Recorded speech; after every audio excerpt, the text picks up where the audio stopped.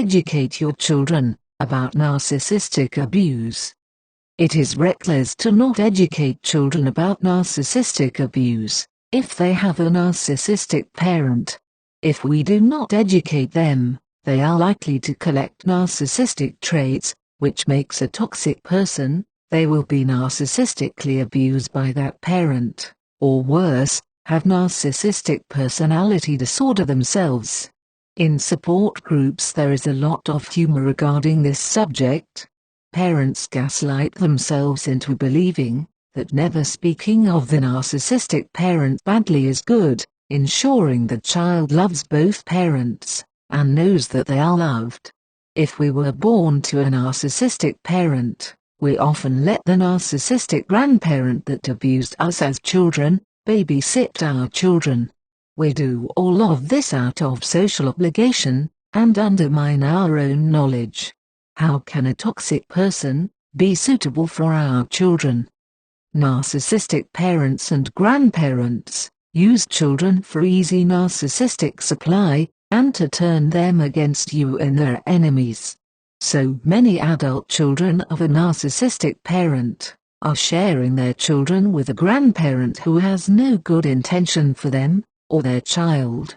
What seems innocent is actually the reprogramming of children and supporting very corrupt family dynamics. We become enablers to narcissistic abuse, even if done out of ignorance. Single parents feel an obligation to co-parent with a narcissist parent, with zero parameters to protect the child, because it seems like the right thing to do. The truth is, if we get to the core understanding of narcissism, we know it is impossible for that parent to truly love that child no matter what they portray. All situations will not permit us to go no contact, or options to keep a child from a narcissist. Therefore there is even more of a responsibility to educate children about narcissism. It is reckless to withhold this knowledge, yet so many of us do. We believe we are protecting our children, and afraid that telling them will promote hate. Yet the narcissist will not hesitate to enter the child's inner mind, and corrupt them, and remove you from the picture altogether. We let this happen because the parent is not overtly abusive, and it would be socially unacceptable to keep your child from their parent. Many of us are not confident enough to cry for no contact on the basis that the other parent or grandparent is a narcissist, and a bad influence for the child. A relationship with a narcissistic parent from birth, or as a choiced relationship in life, is debilitating, soul-destroying, and creates physical illnesses that can cause our death. Hidden traumas, happening behind closed doors, continues to be a generational curse if not addressed. It takes real strength to educate children about this abuse, and it is a big ask for a parent already under the hypnosis of narcissistic abuse. The children who live with a narcissistic parent are collecting dysfunctional dynamics. If you are co-parenting, it is the same. If you are heavily dependent on a grandparent, the child is witnessing the same crappy family dynamics. If we have knowledge of narcissism, how can we let it go on? Are we just not securing dysfunction for another generation? Children are such a real motivation to leave the narcissist. These parents always resent the normal parent's genuine love for their child. These are not emotions the narcissist can experience, and if you think that's what you see, it is nothing more than cognitive empathy, which is learned empathy. They know they should love their child, so they may choose to.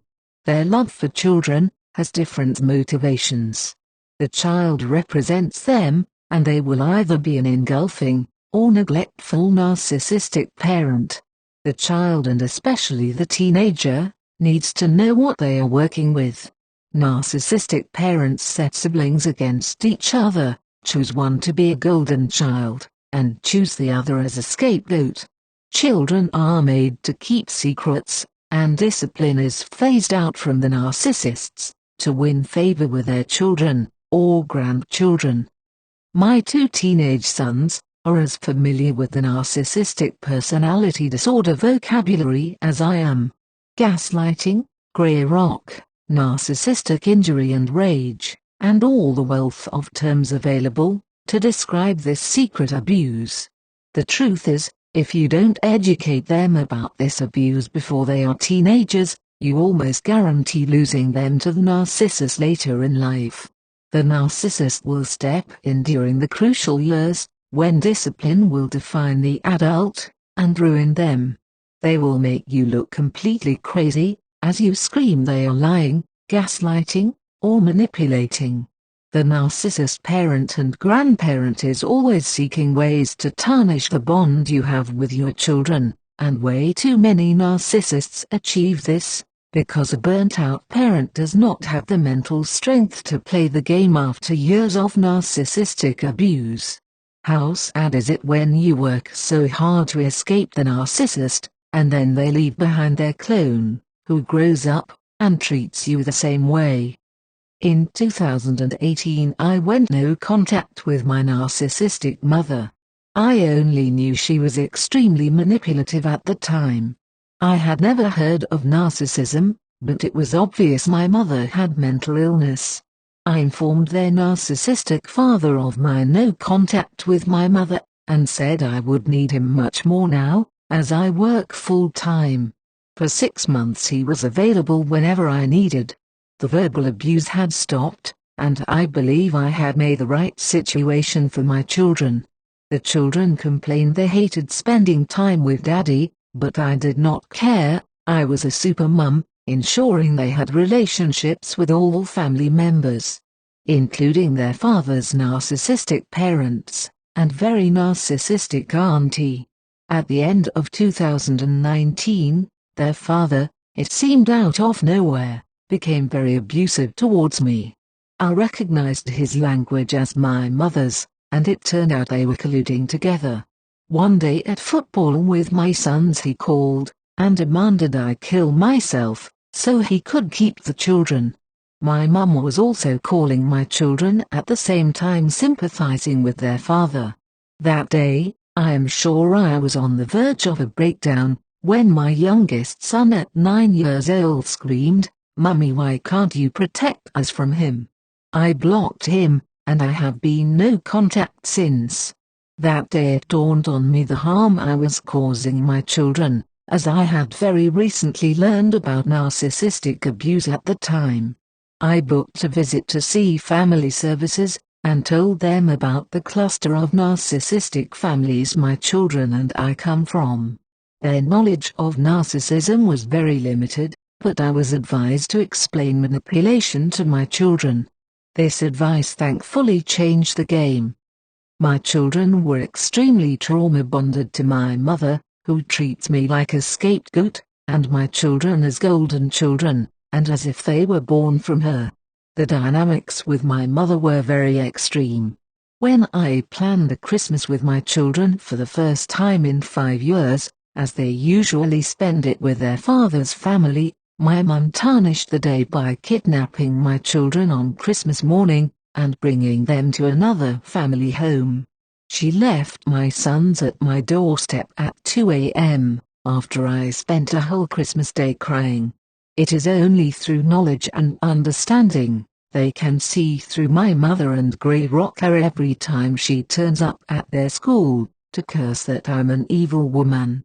My sons from education recognize passive aggression way better than I do. They are so normal, they have voices unlike myself at their age. By explaining manipulation to my children, they started to constantly ask questions.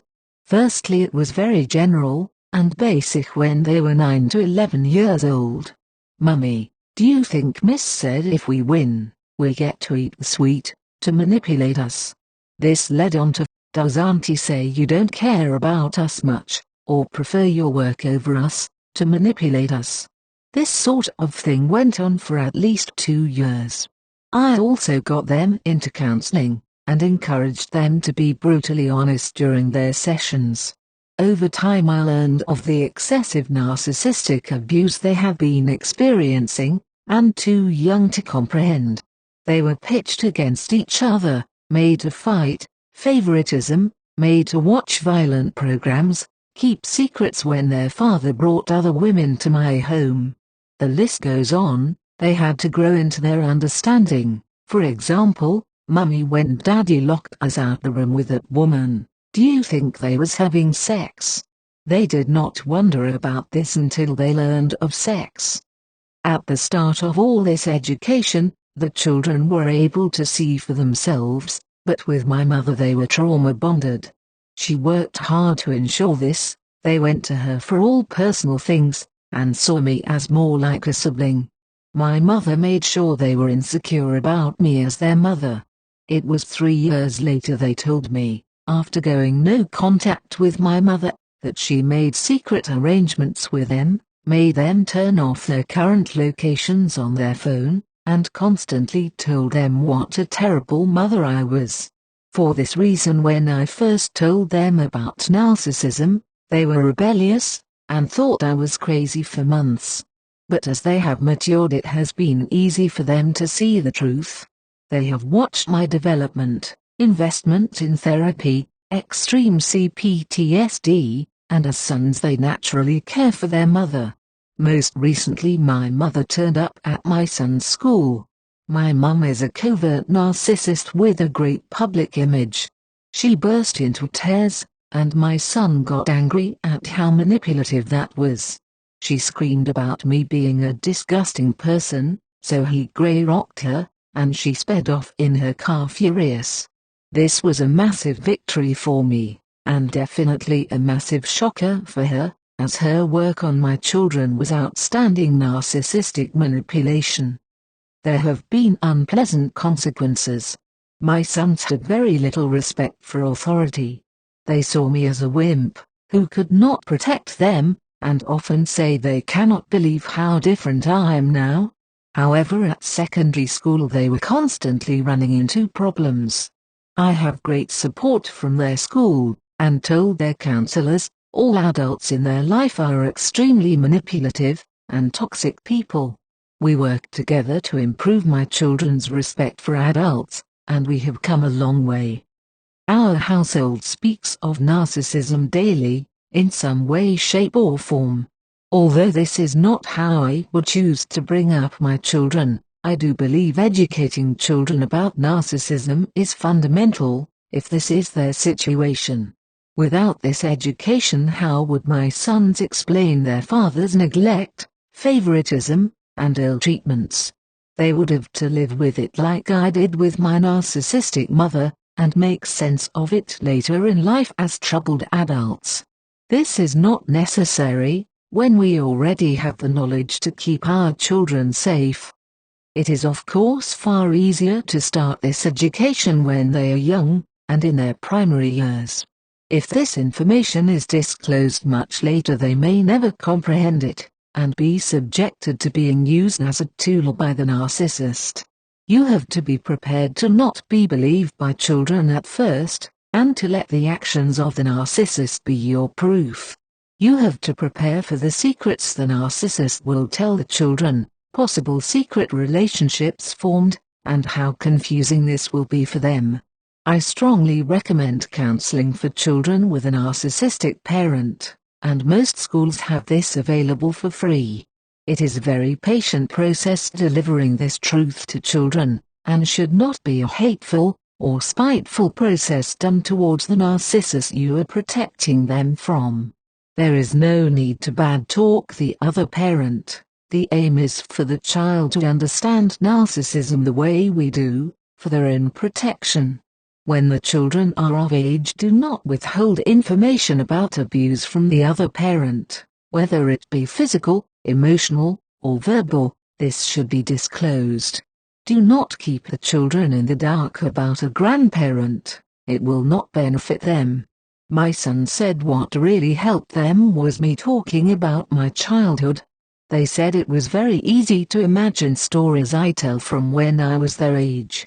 When I tell these stories, they sometimes recognize the violations in my stories that I may not have noticed. I have been narcissistically abused my entire life. I am still learning and understanding. especially passive aggression, which tends to go over my head. When I was 12 years old, my mum took me to New York to visit her narcissistic mother. My mother brought me to the shops, and made me select a jacket and trainers I wanted. She said she would buy them for me the next day. My grandmother, in the middle of the night, told my mum how could she spend so much money on me, and she should treat herself. The next day my mum told me I could not get the things she promised.